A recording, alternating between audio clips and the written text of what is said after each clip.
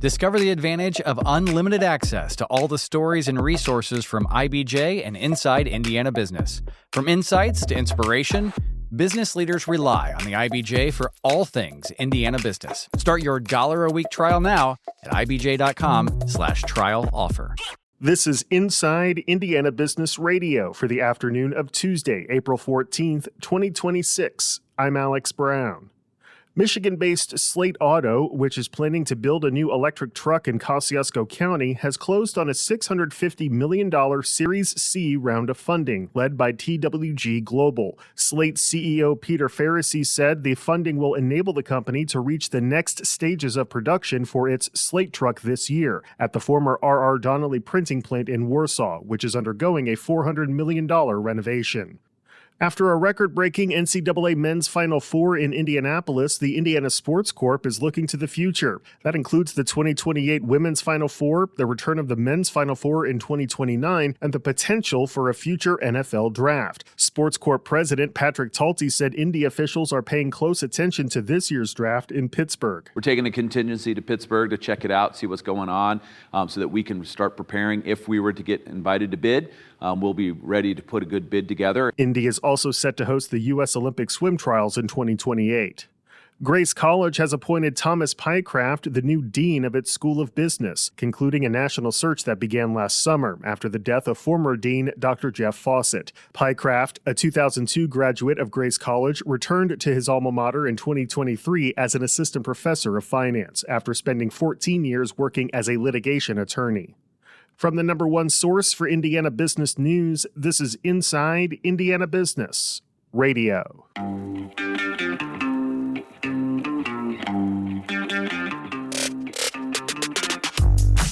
Hello and welcome to Inside Indiana Business. I'm Gary Dick, coming to you this week from Northwest Indiana, Jeffersonville, Muncie, South Bend, in downtown Evansville, Terre Haute, Fort Wayne, Richmond, from one of the state's key entrepreneurial and innovation hubs, 16 Tech. Inside Indiana Business, Indiana's business news leader.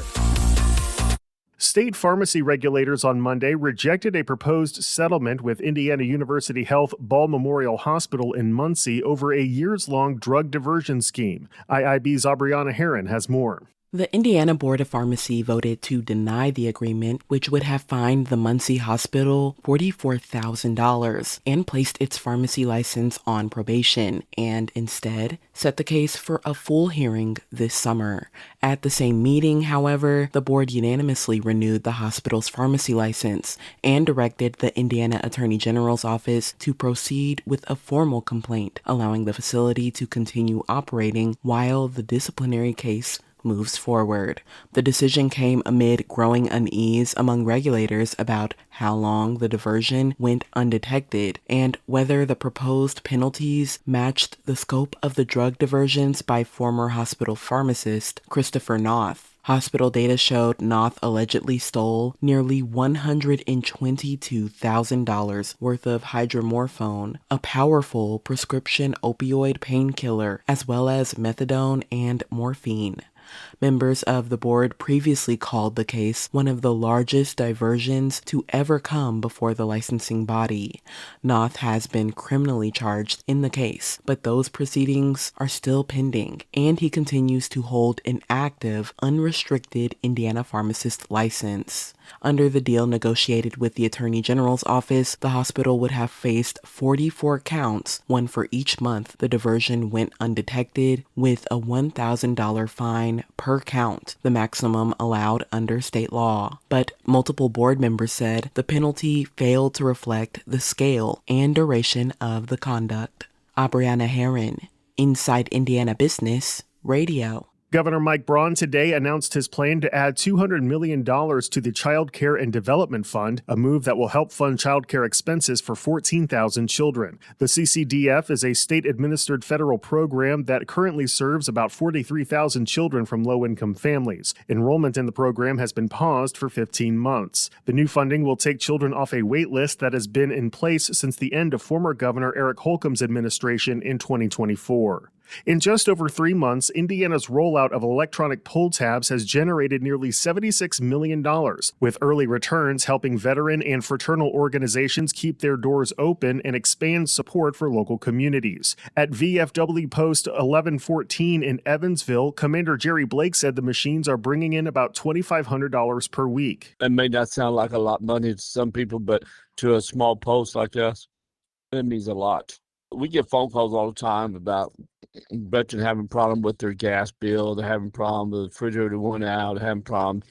And our chaplain basically takes the phone call, walks them through it, and comes back to us, and then we usually get the money for them and get it done. Blake said the funds have directly supported around 40 local veterans, helping cover expenses such as utility bills, home repairs, and transportation. Daymar Services CEO Jim Dalton is this week's guest on the Business and Beyond podcast with Gary Dick, presented by PNC, a weekly conversation with high-profile Hoosiers in business, sports, and entertainment, and beyond. Available now on the IBJ Media app or your favorite podcast provider. I'm Alex Brown for Inside Indiana Business Radio on Demand. Whether it's healthcare innovation, major infrastructure, or global sports impact, Inside Indiana Business with Gary Dick tells the stories of Indiana's groundbreakers and game changers. It's the must-listen show for business, civic, and community leaders across the state. Subscribe and listen wherever you get your podcasts or at ibjpodcast.com. Do you want to know what really drives change in Indiana? You won't find it in sound bites, you'll find it in stories. Stories from CEOs, lawyers, coaches, entrepreneurs, and community advocates. That's the IBJ Media Podcast Network. Insightful, local, impactful. Find all of our shows by searching IBJ Media in your podcast app or visit ibjpodcast.com.